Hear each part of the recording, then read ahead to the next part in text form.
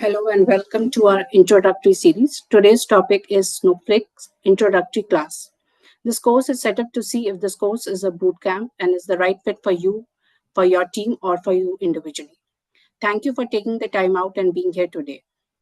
CCS Learning Academy is a professional training division of CCS Global Tech.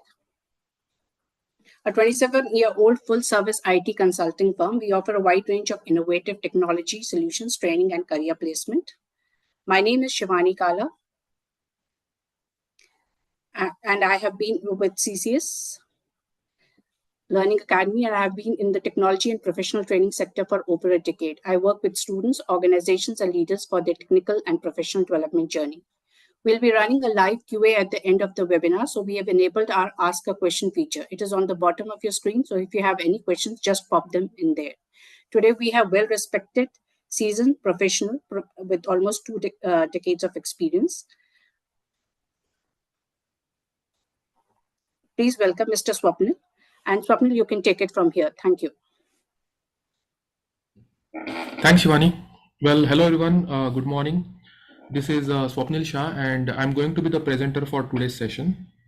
Well, a little bit about my background. So, as said, my name is Swapnil, and I have more than about 13 years of experience, extensive experience in database industry, specifically working on Microsoft backend technologies that includes T-SQL programming, entire full BI stack, data visualizations, Azure cloud computing, including Azure migrations, Snowflake warehouses. I'm currently working as a delivery head for US operations on data projects, and I do hold various Microsoft certifications. Just to mention a couple of them: MCSA, Microsoft Certified Solution Associate; MCSE, Solution Expert, and as well as MCT, Microsoft Certified Trainer. So let's jump on to today's session.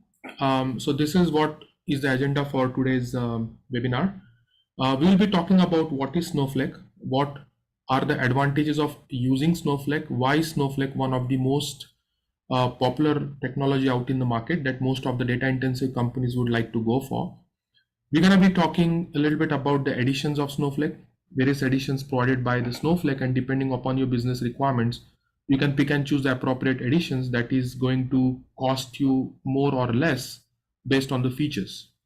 We're going to be talking about the pricing model of Snowflake, running through the architecture, multi-layer architecture of Snowflake at different levels, what happens and how the Snowflake takes care of your, backend infrastructure along with the, high level of security and performance. We'll be also running through a quick demo account. We'll be writing some very basic queries on Snowflake to understand how the data is stored, how the objects are created, how to fetch data from the Snowflake objects.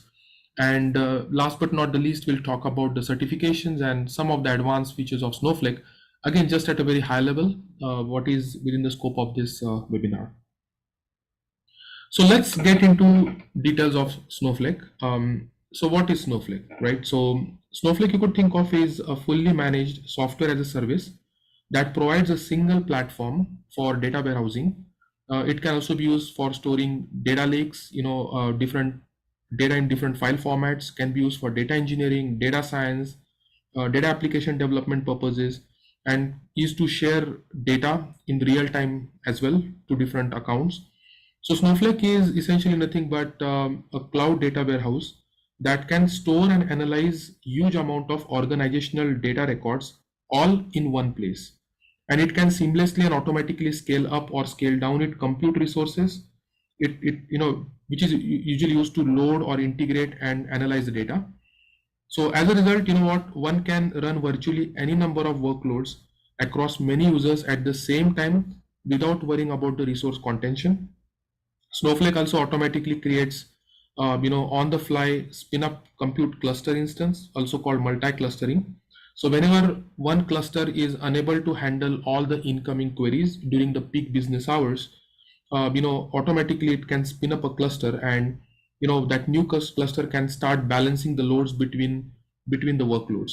So essentially speaking, you would never need to worry about downtime or slow performance. And because of Snowflake can scale up on demand capacity and performance as needed, data team has no longer to worry about upfront capacity planning exercises. They don't have to worry about how much of storage resources you would need to execute your workload, because in Snowflake, all the compute resources are on demand. Also they don't have to worry about costly oversized data warehouses that usually remains underutilized. And there are also various numerous advanced functionalities of Snowflake, including time travel. We can perform fail-safe data sharing. We can do data cloning with transparent data encryption, data security. Just to mention a couple of them, which makes it one of the most sorted technology out in current complex data industry today. So if I want to visualize the role of Snowflake in entire data platform, you could think of that Snowflake, as I said, is a software as a service application, and all the data that you're going to be storing in the Snowflake would actually be stored in the backend cloud providers. So you can actually pick and choose between AWS or Azure or Google Cloud. So when you create a new Snowflake account, you have to pick and choose appropriate cloud provider, which is what is going to host your storage infrastructure. And then, as per se your business requirements, you can actually pull data from various different data sources. It could be OLTP databases, it could be enterprise level business applications, third party application, it could be telemetric web log data analytics, it could be data coming in from various different IoT devices, you name it. You can pretty much connect to various different on-prem or on-cloud data sources, and you can very well ingest that data into the Snowflake environment, and that respective data would be stored in the blob storage in the backend cloud provider of your own choice. We can analyze the data, we can parse that data, we can run some analytical functions on that data depending upon the requirements, and that data then can be used for various business applications. You can discharge that data for operational reporting, for day-to-day BI applications, for some kind of real-time analytics, for machine learning purposes. For you can actually monetize that data by selling whatever that data as per your business line of business. So basically, your Snowflake is a complete end-to-end environment which can be used for data engineering purposes, which can store data in the form of data lakes, structured, unstructured, semi-structured file format. It can host huge amount of data in the form of physical data warehouse. As said, can be used for data science purposes, data applications, and data exchange. So as a big company, different teams with different job personas, let's say data engineer, data scientists, data analysts, all of them can work together in one platform, Snowflake, to pretty much perform different operations on the same data stored in the physical data warehouse without worrying about the compute infrastructure, without worrying about the storage infrastructure. Storage is also highly scalable depending upon the amount of data that you plan to store. It is very flexible. It is, compared to other tools out in the market, Snowflake has competitive pricing models. Performance wise, it is best of the industry in context to the latency.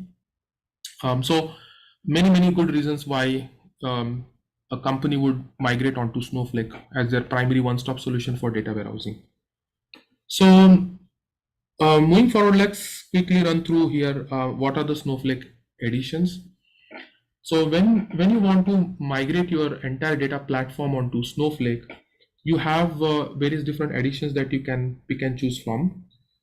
So we have three main editions. The fourth one is optional, but we have three main editions: standard, enterprise, and business critical. So standard, the fourth one actually, which is your virtual private, which is also called business critical plus, is not directly available, but it offers the highest level of security, and this edition is only available if the company is reaching out to Snowflake directly. So the standard edition is the introductory level, which has all the standard features and functionalities, pretty cost effective. However, if you need more features for large scale company, then we can go for enterprise level, which is one step higher, and which has more features in context to materialized view, time travel. We can create more security as well.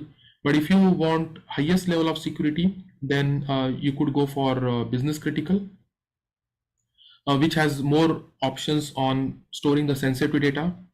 And as I said, like if you're running a company which has huge amount of very sensitive data, then you may have to set up virtual private Snowflake environment, which is also called Business Critical Plus, which has the highest level of security, and potentially only a limited number of institutions might go for it.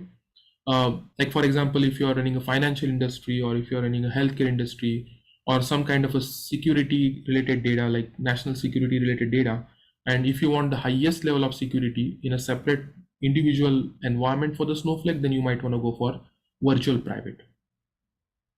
So being that said, let's understand what each of these editions has to offer. So if you look at the standard, that's the basic edition available. And in this kind of an edition, you have access to complete SQL data warehouses with dedicated warehouses, so that we can, it's guaranteed to have a very high uptime for your compute resource. On the top of that, we have automatic data encryption. We can perform time travel feature in the standard edition. However, it is only up to 1 day in the past. We cannot go beyond that.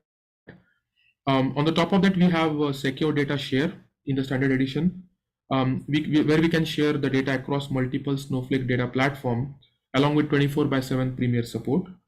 Obviously, that is the least expensive with limited features. Most of the organizations would opt for enterprise edition. So in the enterprise edition, you have all the features of standard. On the top of that, we also have now multi-clustering, which is one of the very important selling point of Snowflake. We can perform auto scaling. Automatically, it can spin up the virtual cluster depending upon the the concurrency. We can also perform time travel, but this time it's going to be up to 90 days in the past. And we can also create materialized views and has advanced security features. Now, if this is not enough, we also have the business critical, where you have additional security features such as like let's say data encryption called TDE, transparent data encryption everywhere. It has extended support, and most importantly, it has database failure and disaster recovery strategies that you can go for business critical. And if even that is not enough, the highest level, as what we discussed, is virtual private edition. However, it is not readily available on the Snowflake website. You need to call the Snowflake, and then you have to explain your business requirements, and they are the one who's going to set up your entire private environment for the Snowflake, which has a dedicated virtual server. That means you are in a completely separate Snowflake environment. And obviously, every edition has their own pricing model. The more you go up, the more expensive, your services would be. But obviously, you have more features to work around with as a whole organization.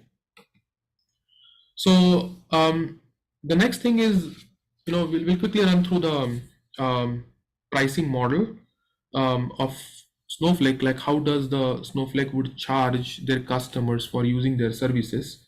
So if you are using in a Snowflake environment, it is very important to understand how the pricing model works and how we can calculate the cost of using the Snowflake. Obviously, it depends on the edition that you pick and choose.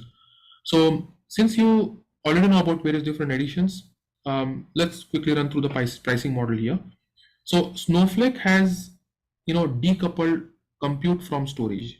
What it means is that, you'll be charged separately for the compute, and you'll be charged separately for the storage. Everything is pay as you go. So depending upon the usage, you'll be charged accordingly.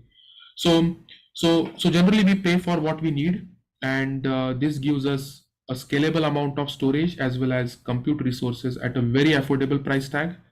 And also, it is important to note that the pricing for the compute and the storage actually depends on the region and the platform that you pick and choose for appropriate cloud provider. As said, like you can pick and choose either AWS, Microsoft Azure, or GCP, where your backend infrastructure would be stored. And then depending upon which platform you choose, cloud platform you choose, and what is the region of that cloud platform, you'll be charged accordingly, right? So let's first consider the storage cost.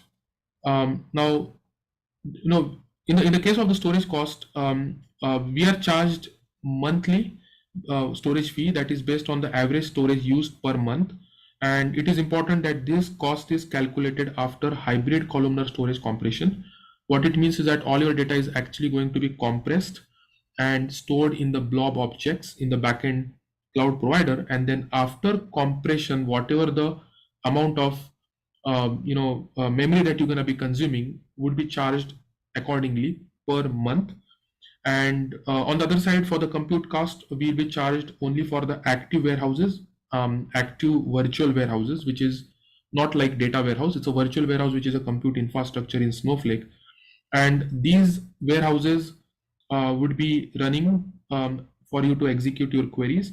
And you're gonna be charged per hour with a minimum of 1 minute.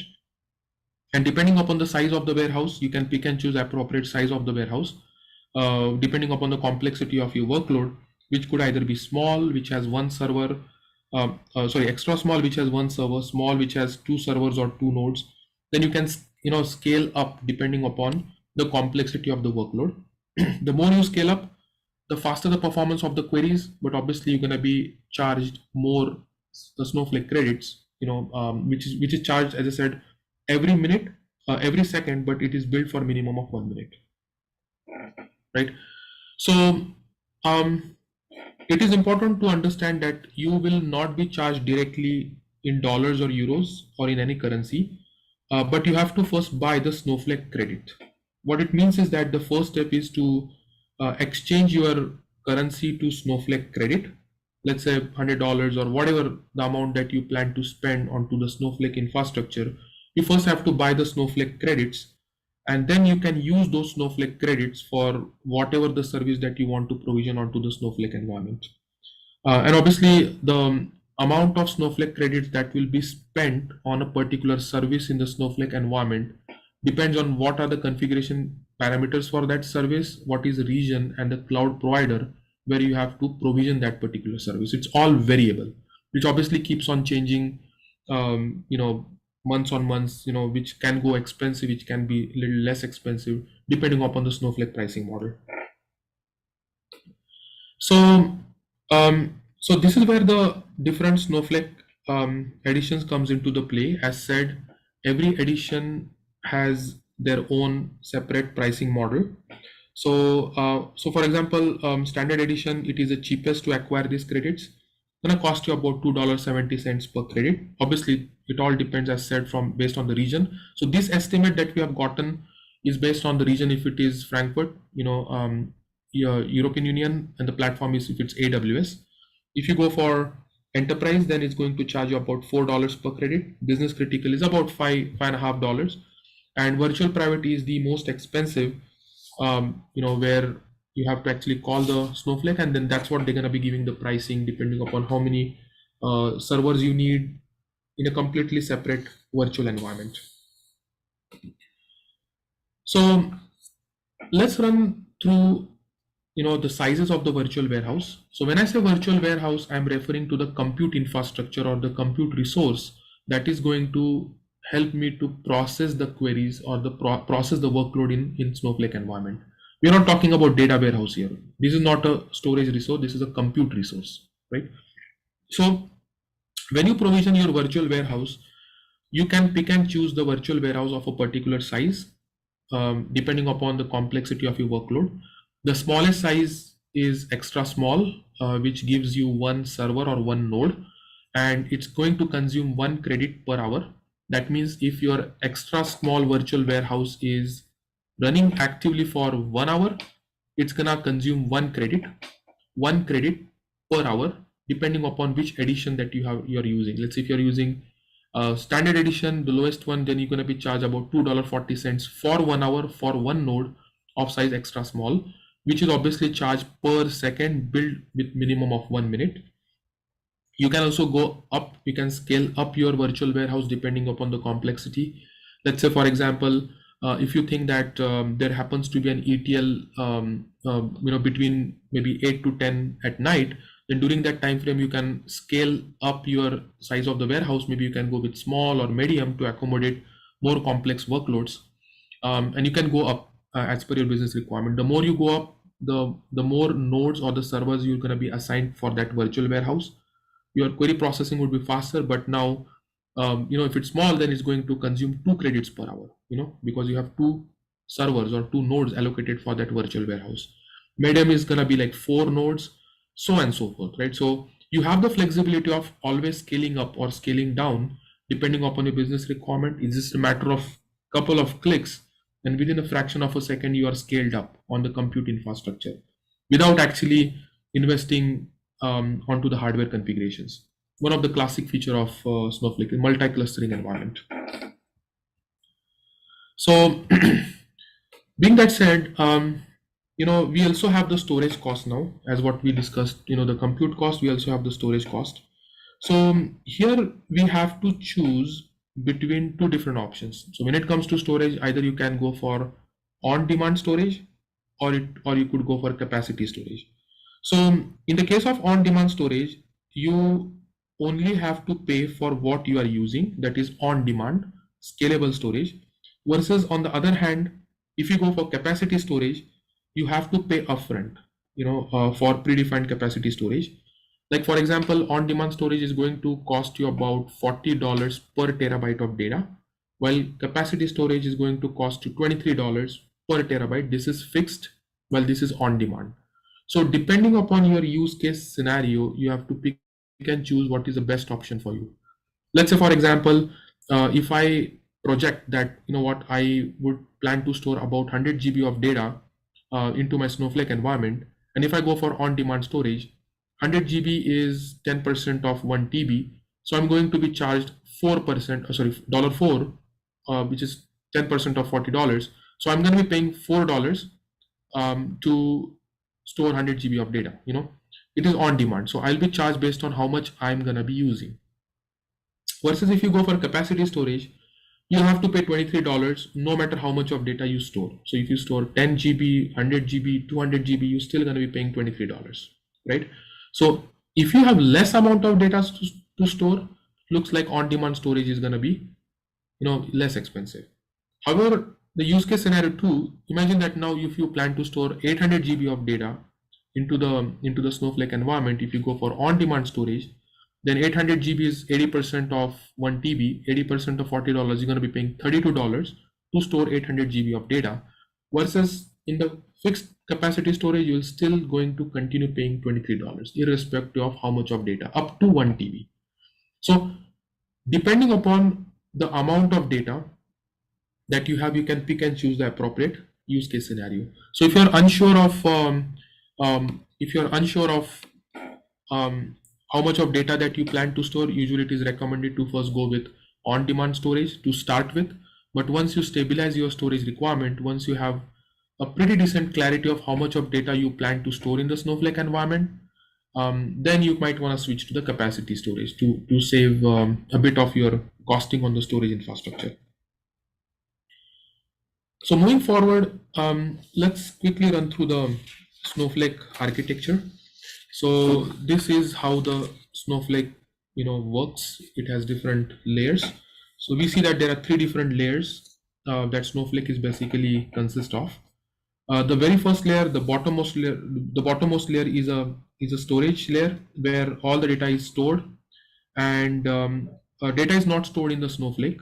As said, this data is actually stored in your preferred cloud provider of your own choice, which could either be AWS, Azure, or GCP, depending upon your choice while setting up the Snowflake account. And this business data is stored in columnar hybrid storage. That means all the data is very well compressed at a column level, not at a row level. And this data is stored in blob objects in the backend cloud provider. So in contrast to traditional storing data, like in any relational database, all the data is stored in the table in the row format, which has its own limitations. However, in this case, all the data is stored in the columnar fashion. It is very well compressed. That allows you to store and retrieve data extremely fast. It's going to drastically improve the overall efficiency of the database application. Right. So this is the very first layer where all our data is stored. The second layer is where the queries are processed, which is called query processing. And this is where we have virtual warehouse concept that comes into the play. So these virtual warehouses should not be mixed with data warehouse, as this virtual warehouse is going to provide the compute infrastructure and is used to process all your queries and all the operation that we are performing in Snowflake. So that is why this layer is called the muscle of the system, since it actually provides the compute infrastructure. And the striking feature of Snowflake in context to this virtual warehouse is that they work on MPP platform, or MPP architecture, stands for massive parallel processing, which again makes it very efficient in processing these queries, especially if you have very large amount of data to process in a complex query. So these queries can be processed by multiple servers at the same time, right? Which increases the efficiency. So you can have multiple clusters. Every cluster can have different nodes, and that query is internally broken down into multiple threads, and those threads are parallelly executed against MPP architecture. With the virtual warehouse compute infrastructure, everything is on demand to get you the best performance, right? So the very last layer here we see is the cloud service layer. It is also called the brain of the system. And this is the outermost layer where we do all the management activities, such as managing the infrastructure, provisioning whatever the Snowflake service, creating the database, performing the access control, managing the metadata probably, or looking at the query profile, or pretty much all the operation that you do from the Snowflake snow site, is classified to be as a cloud service. Hence, it's called the brain of the system, right? So together, these three layers constitute the whole architecture of your Snowflake, and it works in layer by layer fashion. So any queries that you execute from cloud services would be passed on to the query processing for execution. Any storage related request goes down to the bottom the lowest layer, where it fetches data from the cloud provider of your own choice. So let's run through a little bit more about virtual warehouse sizes. As said, this virtual warehouse is going to provide you the compute infrastructure. So these are the compute instances you could think of, or servers we can use to process the queries on our data. And these virtual warehouses, as we discussed, can come with different sizes, right? The smallest size is extra small, that consists of only one server. For our queries, if our queries are very complex, and if you think that um, excuse me, and if you think that we need a bigger size, we can go with medium or maybe large. Excuse me. Yeah. So we can go with the medium or large sizes. The more you go up, the more servers will be allocated, and obviously it's going to be charged more depending upon your business requirements, right? Just give me 1 second, please.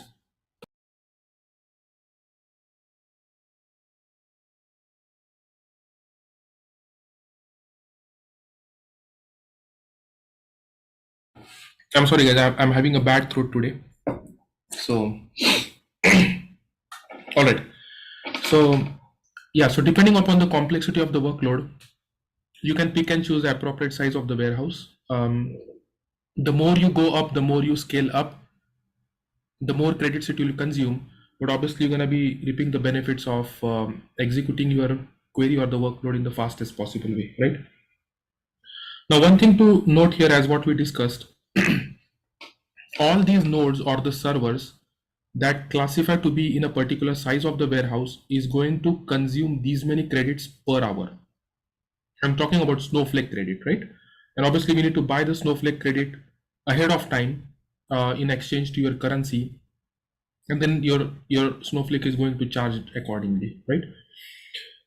Another feature in virtual warehouses, it gets auto suspended. Let's say, for example, I have a virtual warehouse of size extra small running. I can set up an auto suspend property where I can say, you know what, auto suspend after 10 minutes.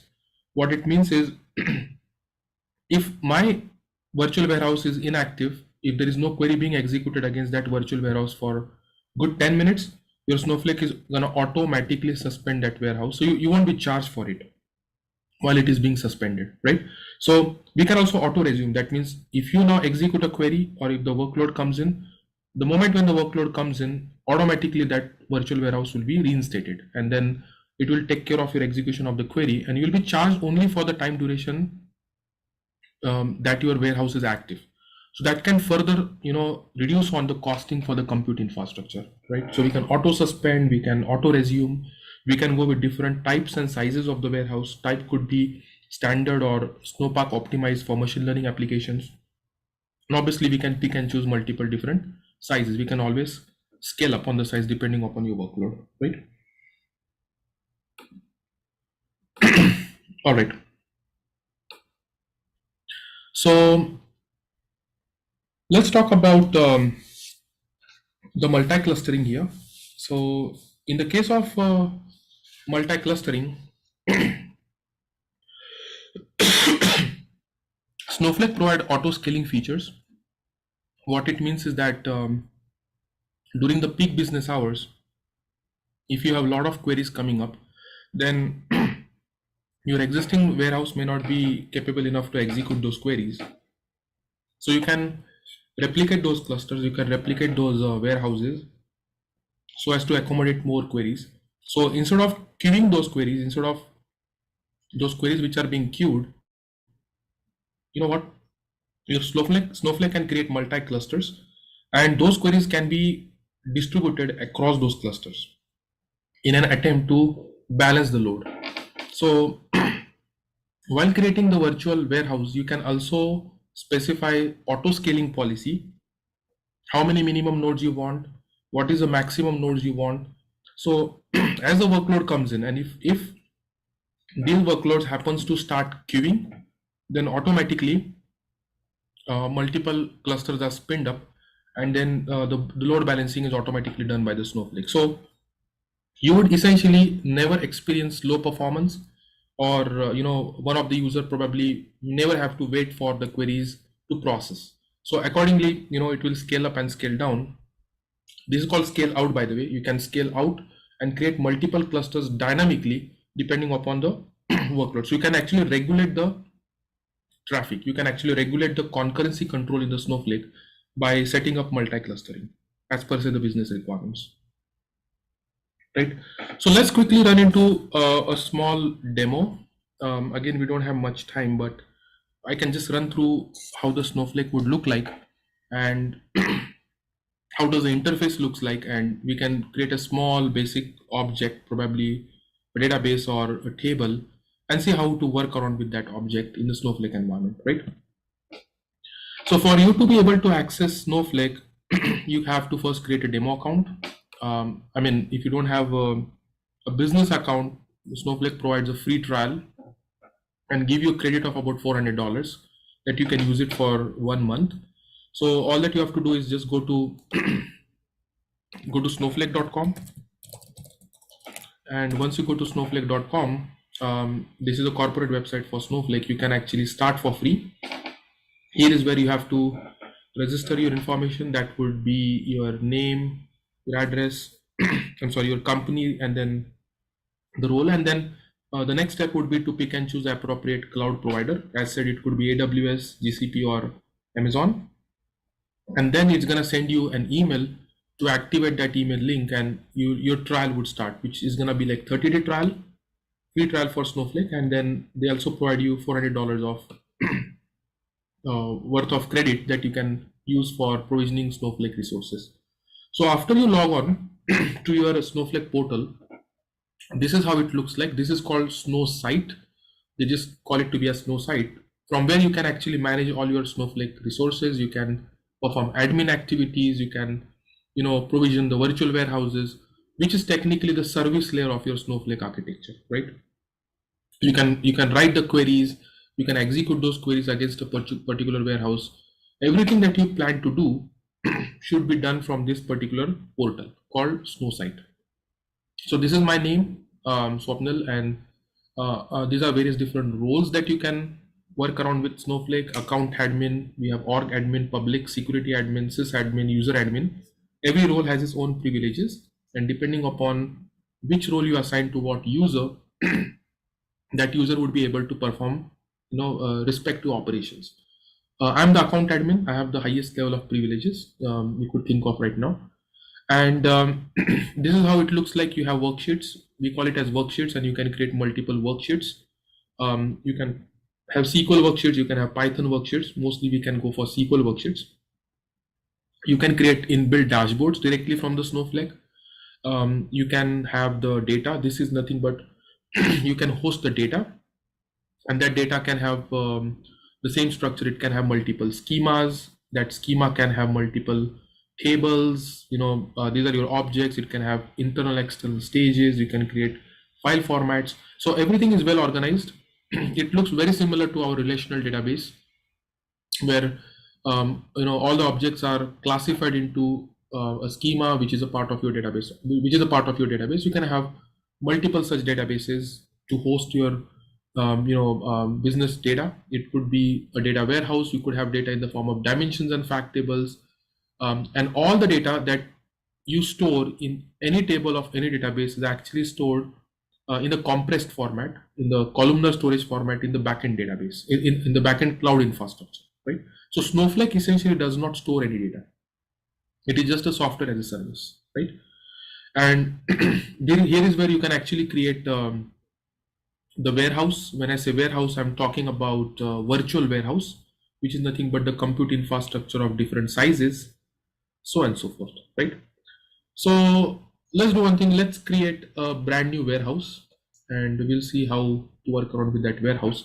So as I said, this is a virtual warehouse that is going to provide me the compute infrastructure. I'm gonna just give a name, sample warehouse, and then you have to pick and choose what is the type of that warehouse. Could be standard or could be Snowpark optimized. Snowpark optimized is actually used for machine learning applications, like where you have too much of compute demand, where it can scale up to the 16 times of your current warehouse, right? Obviously, it's going to be very expensive. For generic workloads, we can go for standard, and then we have to pick and choose a size, right?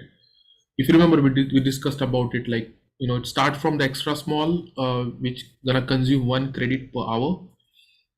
Then we have small, one step higher, 2 credits. It has 2 servers or 2 node, and you can scale up depending upon your requirements. The more you go up, the more you will be charged, but the faster your queries will be performed. It's just that you have more compute capacity for that virtual warehouse. It has to be dealt with careful consideration. Otherwise, your credits is gonna go off quick and fast. Um, so I'm gonna go with extra small for now. And then in the advanced, we have, as discussed, we have auto resume, auto suspend maybe after every 5 minutes. Like within the matter of 5 minutes, if my warehouse is inactive, then your Snowflake is going to automatically suspend that warehouse in an attempt to reduce the cost. It can automatically resume when the warehouse receives the query.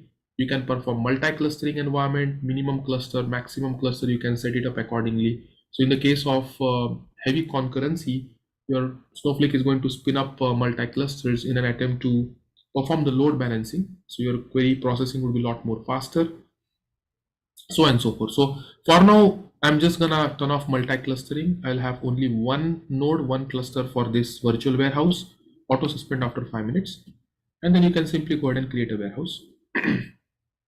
So what it's doing right now is it's provisioning the compute infrastructure, and this is your warehouse right now, which is started. It's only one cluster. There's nothing running against that particular warehouse. We haven't executed any query.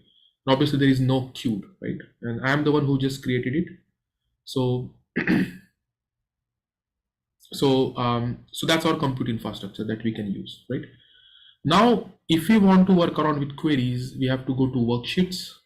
Obviously, I can create a brand new worksheet, right? You can simply go ahead and say SQL worksheet. This is where we're going to be writing our SnowSQL queries. We call it to be a SnowSQL queries, and this is our Snow site, right? These are all our databases as what we see. Now I can pretty much, do whatever I want in context to the requirements. I can create a database, I can create a table, I can insert whatever, perform manipulations against any table of any database.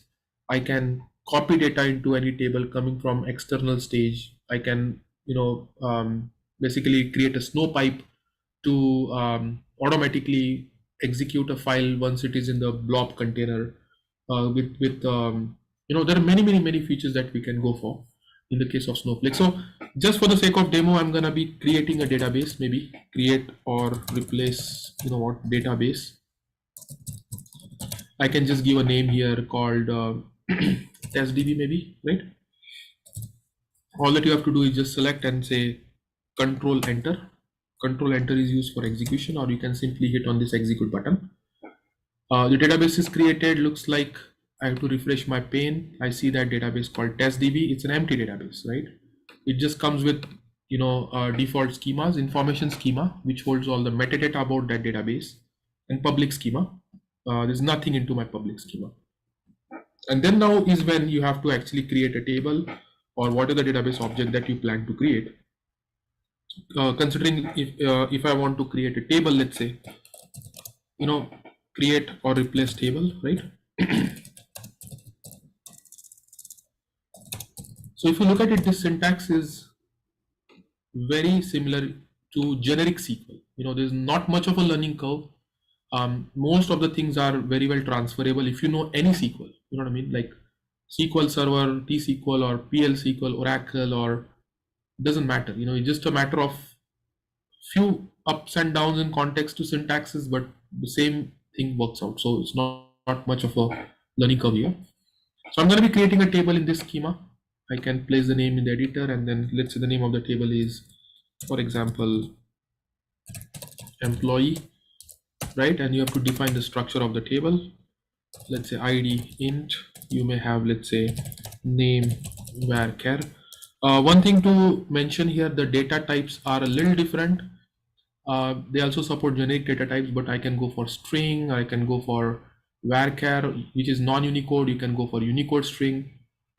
Yeah, so these are proprietary data types that we also have to work around with Snowflake. So maybe let's say city, whatever, right? So let's say this is my table. The same thing, control enter. The table is created. If you look at the public schema, now I have a brand new table called employee. If you click on the employee table, immediately it's going to show you the metadata of that employee, right? What is uh, the column name along with the data type assigned for that particular column, that is decided based on the definition of that table, right? Obviously it's an empty table. I just created that table, so there is nothing much in that table, right?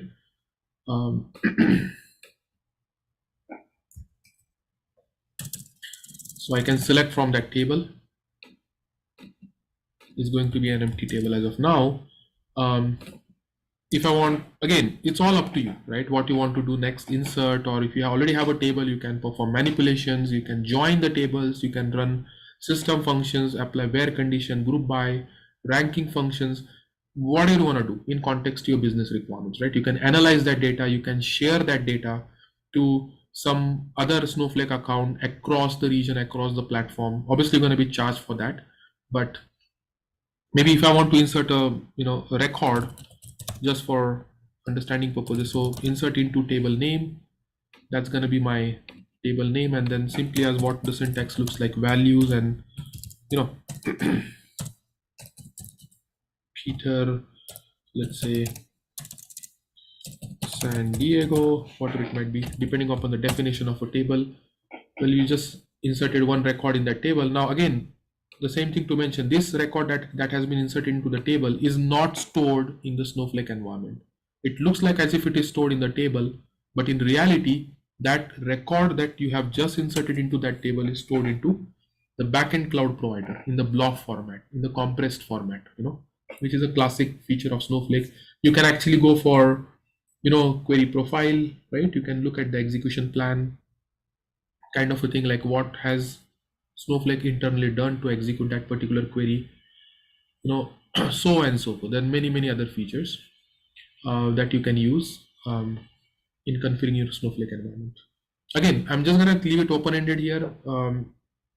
There's no way we can talk about the features and functionalities, but one thing to strongly mention, it is very similar to other relational databases. The way it looks like, the way it works, the differences in the architecture, storage, and compute, and one of the most cutting edge thing that can be used out in the data industry right now. So coming back to our slides here. So again, I've just listed out some of the advanced features of Snowflake. Just to mention a couple of them here, we have time travel feature, we have fail safe. We can have multiple different tables in the Snowflake, transient table, permanent tables. We can perform zero copy cloning, right? We can clone your databases. We can perform secure data share across the account of the Snowflake. We can sample that data. We can schedule the tasks. Obviously, we can create in-house visualizations as well. We can create reports right from the Snowflake environment without actually having Power BI or Tableau connect explicitly. What I'm talking here is like if you go to the Snow site, you have here you have dashboard, right inside of the Snowflake environment, and you can build a dashboard right here where your data is here, right? So you don't need, essentially speaking, any external data visualization tool for creating the reports and dashboard, right? You can create a dashboard right here. You can publish it to whatever the workspace that you have, maybe Power BI workspace or Tableau server, and then you can pass it on to your customers for consumption for business reporting purposes, right? So it has its own dashboarding capabilities. We can perform, we can create streams, like stream kind of data like Kafka thing, materialized views, and many more, right? All of it together can be done easily with just click of a button. Of obviously, you can also customize it as per your requirements, but all of these features make Snowflake very powerful in a lot of data intensive companies. It's very easy to learn. It is very easy to implement. You know what I mean? Like there are few complexities, but compared to other tools out in the market, it's fairly easy. Costing wise, it's very cost effective on the compute side, on the storage side.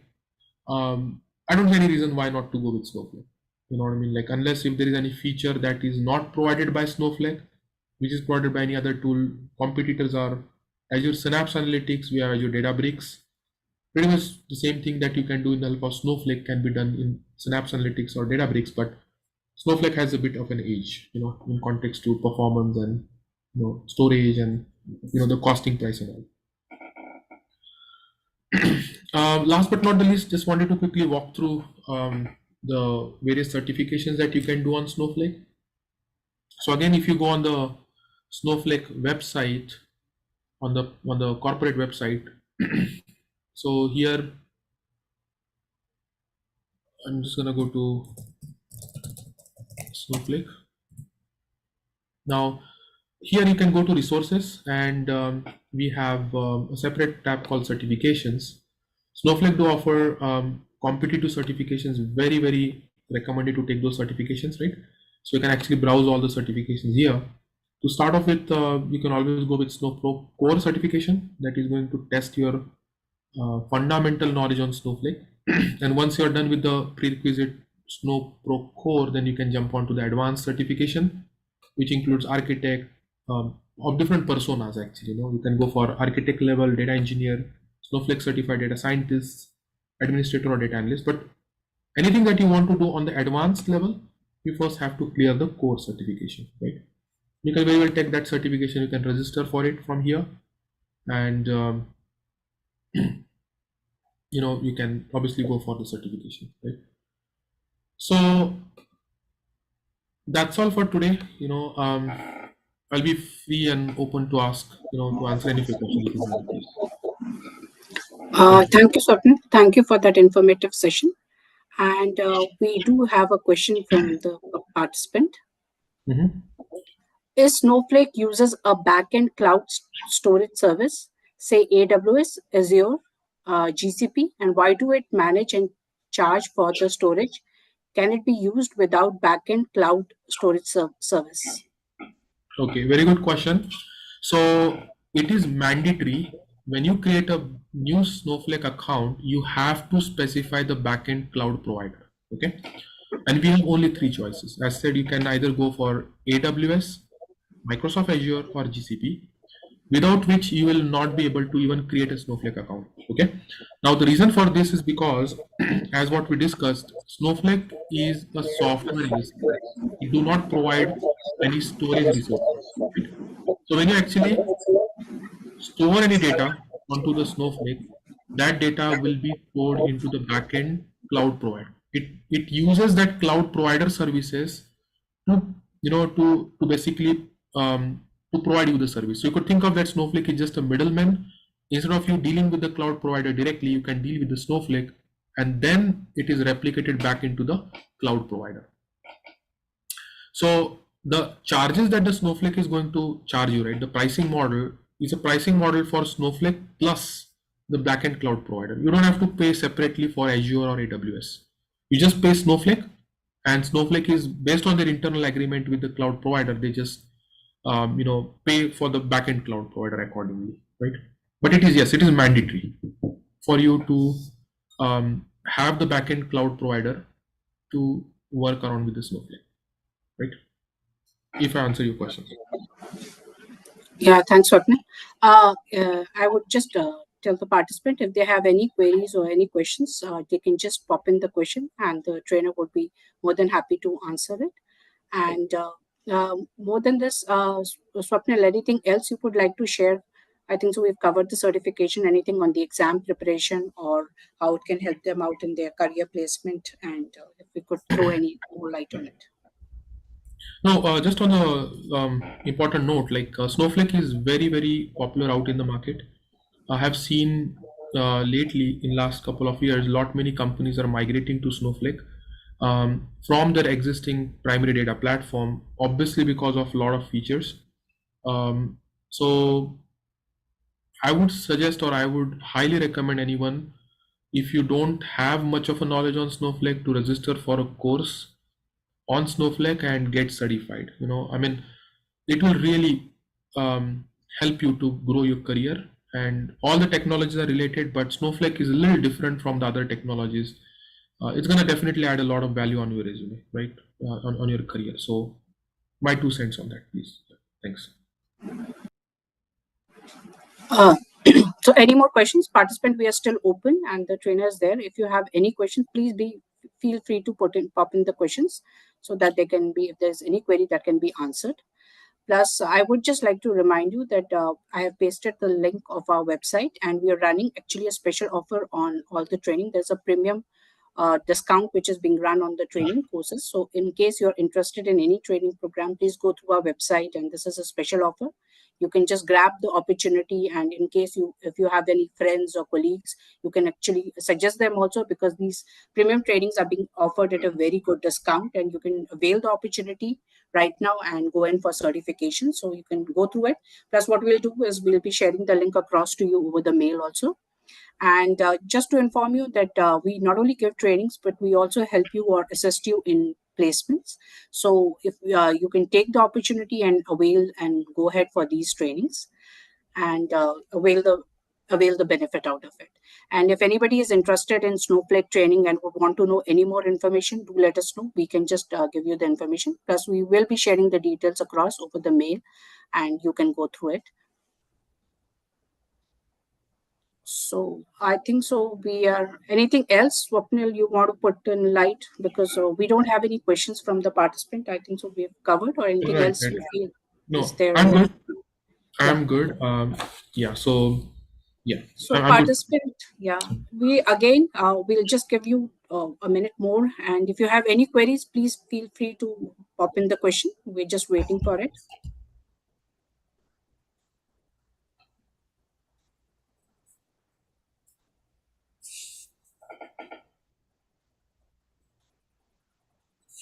So I think so. We're done for the questions. We do not have any more questions. Sure. So Yeah. thank you So again. Thank you, Swapnil, for that informative session. When it perfect. comes to upskilling and reskilling, CCS Learning Academy is designed to be yours and your organization's secret weapon. Our network of talented and passionate instructors is ready and waiting to work directly with you or your team or your entire company. If you are new to IT or seasoned professional, we offer a range of customized and certificate course for your needs. And if you would like more information, please contact us. On behalf of CCS and Swapnil, we thank you for your attention to this important session and hope you enjoyed this intro session. Looking forward to you all joining our future sessions. Stay safe out there. Thank you very much. Thanks, everyone. Thanks.